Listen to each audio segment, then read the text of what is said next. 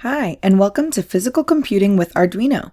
In this video, we're going to learn about physical computing and give an overview of the different topics we'll learn throughout this course. Let's jump in. Physical computing is creating or using devices that interact with the world around them. Think of a robot. The robot first senses their environment, thinks about the information gathered, and acts based on that information. A self-driving car is a great example of a device using these physical computing steps. Though this is a complicated system with many inputs and complex programs, the main parts of a self-driving car work the same as any system we'll build in this course. The car uses multiple sensors to detect its surroundings, analyzes what this data means, and then acts accordingly. In this course, we're going to be using Arduino devices to create programs that allow our device to interact with the world around it. Even though the Arduino looks simple on its own, it can be connected to control multiple components and sensors that can help it note changes in the environment and react based on the program you've written.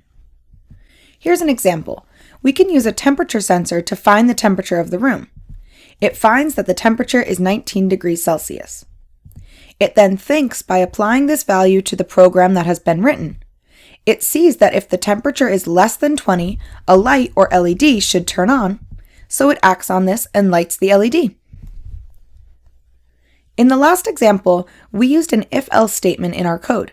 You've probably already learned a few programming concepts, such as variables, loops, and functions, and now we'll be able to put all of those concepts together to create physical machines.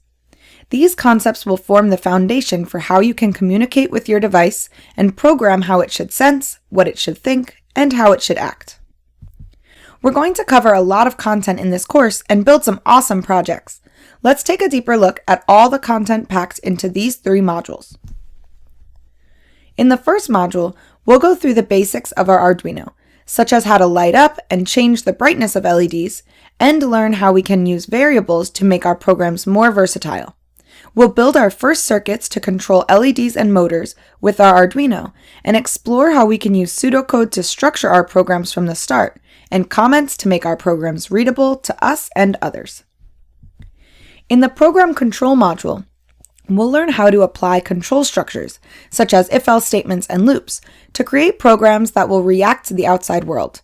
We'll build programs that use sensors to detect temperature, light, and distance, and make decisions based on the information collected.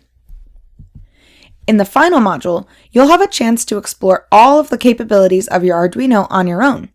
You'll research, explore, and teach your peers about new sensors, follow directions to build an advanced device like those shown here, and have a chance to create your very own Arduino machine. Now it's your turn to look at some awesome projects that can be built with Arduino.